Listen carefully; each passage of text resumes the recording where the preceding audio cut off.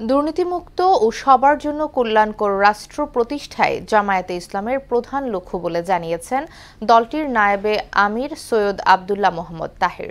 দুপুরে national doctors forum NDF আয়োজিত এক সমাবেশে একথা বলেন তিনি। বৈষম্যহীন অধিকার আদায়ের ক্ষেত্রে চিকিৎসকদের ভূমিকা রাখার আহ্বান জানান বক্তারা। শামীমুজ্জামান চৌধুরীর রিপোর্ট।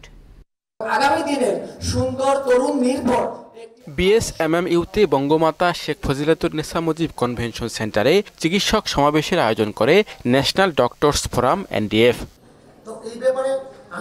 হাসপাতালগুলোতে গেল 15 বছরে নানা শোষণ ও বঞ্চনার চিত্র তুলে ধরেন চিকিৎসক নেতারা। বৈষম্য বিরোধী ছাত্র আন্দোলনের ব্যানারে হলেও এই আন্দোলনে যুক্ত হয়েছিলেন গোটা জাতি।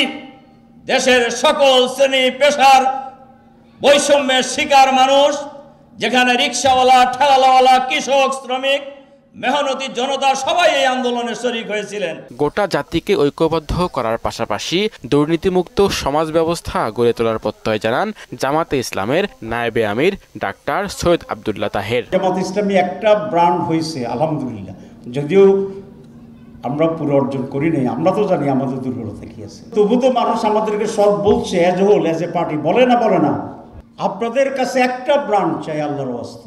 জামাতে ইসলাম সম্পর্কে মানুষের মধ্যে ভ্রান্ত ধারণা আছে। এক্ষেত্রে জনমত তৈরিতে দলের কর্মীদের কাজ করার আহ্বান জানান দলটির নায়েবে আমির। মানুষ যখনই জানবে জামাত ইসলামী করে ডাক্তার, তার মানুষ পটে একটা ইমেজ